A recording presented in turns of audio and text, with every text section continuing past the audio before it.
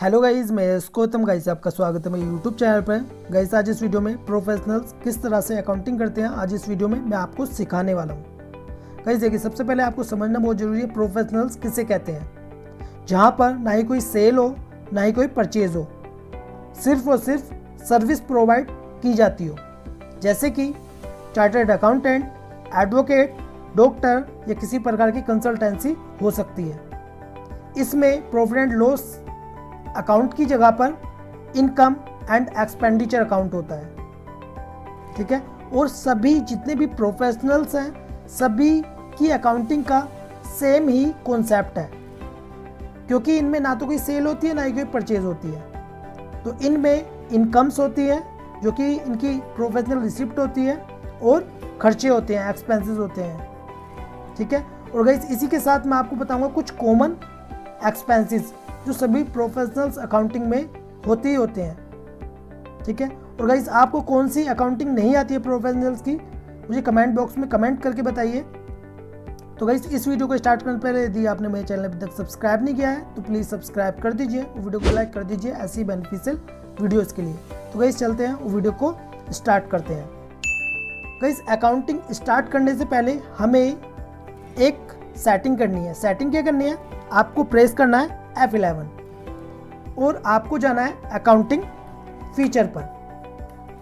Enter करेंगे, यहाँ पर सिलेक्ट करेंगे हमारी जो कंपनी है वो है मेहुल शाह एंड एसोसिएट, इस पर एंटर करेंगे और आप फर्स्ट, सेकंड, थर्ड, जो थर्ड वाला ये ऑप्शन है income and expenses account instead of P&L account, इसको आपको यस करना है, जो कि हमारा पहले से ही यस मैंने किया हुआ है।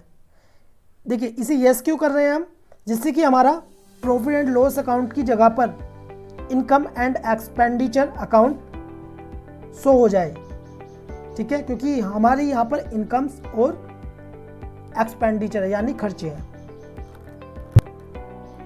ठीक है। हमने वो सेटिंग कर दी है। अब हमारे पास एक इनवॉइस है, ठीक है, मेहुल शाह एंड एसोसिएट, जो कि हमारी ही कंपनी है। तो हमने एक बिल काटा है, इनवॉइस नंबर 2, किसको काटा है, अल्फा ऑटोमेशन प्राइवेट लिमिटेड। तो इसकी हम एंट्री करेंगे, अकाउंटिंग वाउचर में जाएंगे। गाइस देखिए इसकी बहुत से लोग सेल वाउचर में भी करते हैं, लेकिन आप जनरल वाउचर में करें, ठीक है, क्योंकि हमारा इसमें कोई सेल नहीं कर रहे हैं, हम कोई गुड्स को सेल नहीं कर रहे हैं, ठीक है। यहाँ पर हमारी ये इनकम है, तो इनकम्स की जो एंट्री होती है वो होती है जनरल वाउचर में। तो यहाँ पर हम डाइवर्ट करेंगे पार्टी को। पार्टी कौन सी है हमारी, अल्फा ऑटोमेशन प्राइवेट लिमिटेड। इसका लेजर, हमारा कोई भी लेजर यहाँ पर क्रिएट नहीं है, मैं आपको लेजर क्रिएट करके भी बता रहा हूँ। Alt+C प्रेस करेंगे, अल्फा ऑटोमेशन प्राइवेट लिमिटेड, ठीक है। अब ये अंडर ग्रुपिंग में जो आएगा वो आएगा किसके, वो आएगा सन्ड्री डेटर। ये हमारा सन्ड्री डेटर है, ठीक, किसके आएगा, सन्ड्री डेटर के। बाकी डिटेल्स हमने डाल ली है। फिर उसके बाद अमाउंट कितनी आएगी, ये 26,335 रुपये जो टोटल इनवॉइस वैल्यू है। और टू आएगी हमारी प्रोफेशनल्स रिसिप्ट, या आप सेल ऑफ सर्विस के नाम से भी यहाँ पर लेजर क्रिएट कर सकते हैं। तो यहाँ पर मैं लेजर जो क्रिएट करूँगा वो करूँगा प्रोफेशनल रिसिप्ट के नाम से,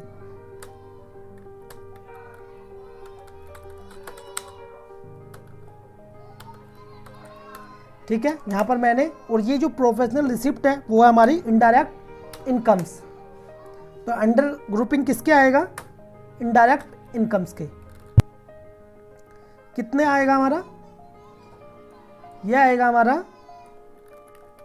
23,115, और हमारा क्रेडिट होगा इसमें जीएसटी, ठीक है। तो जीएसटी का भी हमारे इसमें IGST है 3220 रुपये। तो यहाँ पर लेजर क्रिएट करेंगे, Alt+ प्रेस करेंगे और यहाँ पर IGST @ 18%, ठीक है। ये आएगा हमारा ड्यूटी एंड टैक्सेस, किस में आएगा, ड्यूटी एंड टैक्सेस में 3220 रुपये।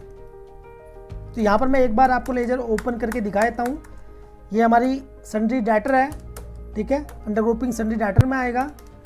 यहाँ पर सेल ऑफ सर्विस या प्रोफेशनल रिसिप्ट, ये हमारी इनडायरेक्ट इनकम्स है, अंडर ग्रुपिंग इनडायरेक्ट इनकम्स में आएगा। GST duty and taxes under grouping आएगा, ठीक है।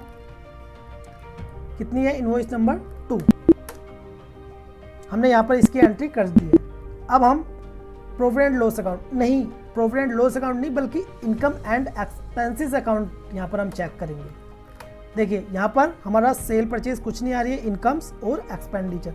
तो हमने जो एंट्री की है प्रोफेशनल रिसिप्ट की 23,115, इसकी टैक्सेबल वैल्यू है 26,335 थी हमारी टोटल इनवॉइस वैल्यू। तो ये प्रोफेशनल रिसिप्ट के नाम से आ रही है। अभी हमारा कोई भी इसमें खर्चा ऐड नहीं हुआ है, इसलिए यहाँ पर कोई भी एक्सपेंसेस नहीं आ रहा, और इसमें लिखा हुआ आ रहा है excess of income over expenditure. तो मतलब कि हमारी जो इनकम है वो ओवर है किससे? एक्सपेंडिचर से, क्योंकि इसमें अभी कोई भी खर्चा नहीं है। अब मैं बात करता हूँ यहाँ पर एक्सपेंसेस की। तो सभी, चाहे वो चार्टर्ड अकाउंटेंट हो, एडवोकेट हो, डॉक्टर हो, या किसी प्रकार की कंसल्टेंसी हो, या किसी भी मतलब कोई भी प्रोफेशनल्स हो, कॉमन एक्सपेंसेस कौन से होते हैं? सबसे पहले मैं बात करता हूँ ऑफिस एक्सपेंसेस की। ऑफिस तो सभी का ऑफिस होता है और ऑफिस में खर्चे होते हैं। सैलरी, स्टाफ की सैलरी, सभी के ऑफिस में स्टाफ होता है, सभी की सैलरी दी जाती है। Electricity expenses, fee and subscription, repair and maintenance, ठीक है, सभी। और इसके अलावा टेलीफोन एक्सपेंसेस, ट्रेवलिंग एक्सपेंसेस, चाहे वो किसी भी प्रोफेशनल्स की अकाउंटिंग हो, ये बिल्कुल कॉमन है और सभी में ये खर्चे होते ही होते हैं। अब जैसे मैं आपको एक खर्चे की एंट्री करके बता देता हूँ। इसमें पेमेंट वाउचर में, जैसे कि हमने कैश में मान लीजिए ऑफिस एक्सपेंसेस में खर्च किया, ठीक है, तो हम क्या करेंगे? कैश, हमने कैश से पेमेंट किया तो अकाउंट में कैश आ जाएगा। नीचे आ जाएगा क्या? Office expenses. इसका लेजर क्रेडिट नहीं है, हमारा कोई भी लेजर क्रेडिट नहीं है, तो यहाँ पर Alt+C प्रेस करेंगे और यहाँ पर क्रिएट कर लेंगे ऑफिस एक्सपेंसेस, और ये हमारा इनडायरेक्ट एक्सपेंसेस।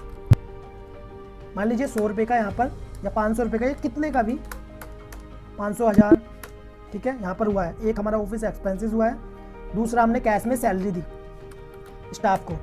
मान लीजिए यहाँ पर यश को सैलरी दी, सैलरी, ठीक है, ये भी हमारा इनडायरेक्ट एक्सपेंसेस है। अंडर ग्रुपिंग जो आएगा वो भी इनडायरेक्ट एक्सपेंसेस में आएगा। मान लीजिए 12,000 रुपये का हमने एक स्टाफ रखा हुआ है, उसको सैलरी दी, ठीक है। और कैश में हमने 2,000 रुपये का टेलीफोन एक्सपेंसेस यहाँ पर किया, तो Alt+C प्रेस करेंगे, टेलीफोन एक्सपेंसेस, ये भी हमारा इनडायरेक्ट एक्सपेंसेस में आएगा अंडर ग्रुपिंग, ठीक है। 2,000 का हो गया हमारा टेलीफोन एक्सपेंसेस, ठीक है। तो इसी प्रकार जितने भी खर्चे होंगे, देखिए ये तो थे हमारे जो हमने कैश से छोटे मोटे खर्चे किए थे। इसके अलावा जैसे रिपेयर एंड मेंटेनेंस में आपके जीएसटी वाले बिल भी हो सकते हैं, ठीक है। तो खर्चे हमारे डेबिट होते हैं, पार्टी हमारी क्रेडिट होती है। एक बार हम देख लेते हैं इनकम एंड एक्सपेंसेस अकाउंट में। अब यहाँ पर हमारी जो प्रोफेशनल रिसिप्ट है वो कितनी आई है, मतलब जो हमारी इनकम है वो कितनी है? 23,115 की। अब हमारे इनमें एक्सपेंसेस हैं, ऑफिस एक्सपेंसेस 500 रुपये, टेलीफोन एक्सपेंसेस 2,000 रुपये, यस की सैलरी दी 12,000 रुपये।